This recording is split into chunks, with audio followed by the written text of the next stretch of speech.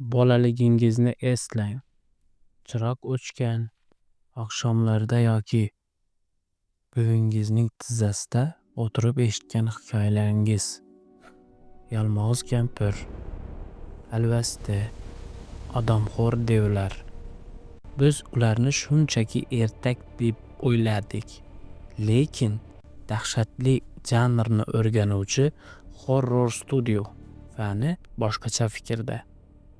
Bu maxluqlar shunchaki bolalarni qo'rqitish uchun o'ylab topilmagan. Biz ularning jamiyatimiz, tariximiz va ong ostimizdagi eng chuqur qo'rquvlarning ko'zgusidir. Bugun biz o'zbek folklorining qorong'u qatlamiga tushamiz va nima uchun ajdodlarimiz aynan shu dahshatlarni yaratganini tahlil qilamiz. Keling, eng taniqli obraz Yalmog'izdan boshlaylik. Uni odatda odamxo'r, tishlari so'yloq kampir sifatida tasvirlashadi. G'arbda bu The Monsters Femini, ya'ni dahshatli ayol nazariyasi bilan tushuntiriladi. Mashhur nazariyotchi Barbara Sred aytganidek, yalmog'iz bu hayot beruvchi onaning o'lim beruvchi maxluqqa aylanishi. Uning odamxo'rligi bizning yana materiyaga, ya'ni tuproqqa aylanish qo'rquvimizni ifodalaydi. Sotsiologik tomondan esa yalmog'iz bu patriarxal jamiyat nazoratidan tashqaridagi mustaqil va xavfli ayol obrazidir.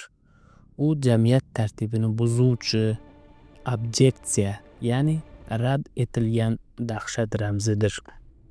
Alvasti bu bizning eng qadimiy va eng sirli dahshatlarimizdan biri. U asosan yangi tuproqqa, yangi tuqqan ayollar va chaqaloqlarga xavf soladi.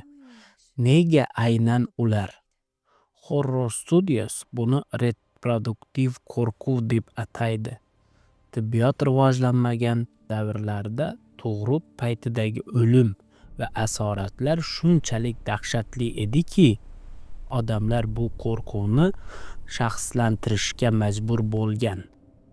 Alvasti bu onalik baxtining teskari tomoni, yo'qotish va o'limning personifikatsiyasidir.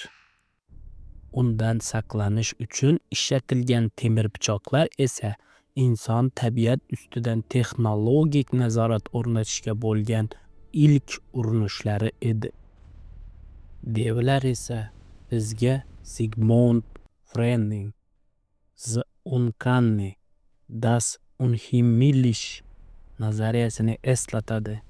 Devlar insonga juda o'xshaydi, lekin ularning g'ayritabiiy o'lchami va kuchi bizda tanish, lekin begona tuyg'usini uyg'otadi. Ular ko'pincha g'orlarda, ya'ni yer osti dunyosida yashaydi. Psixoanalizda g'or inson ongining qorong'u qatlamlarini anglatadi.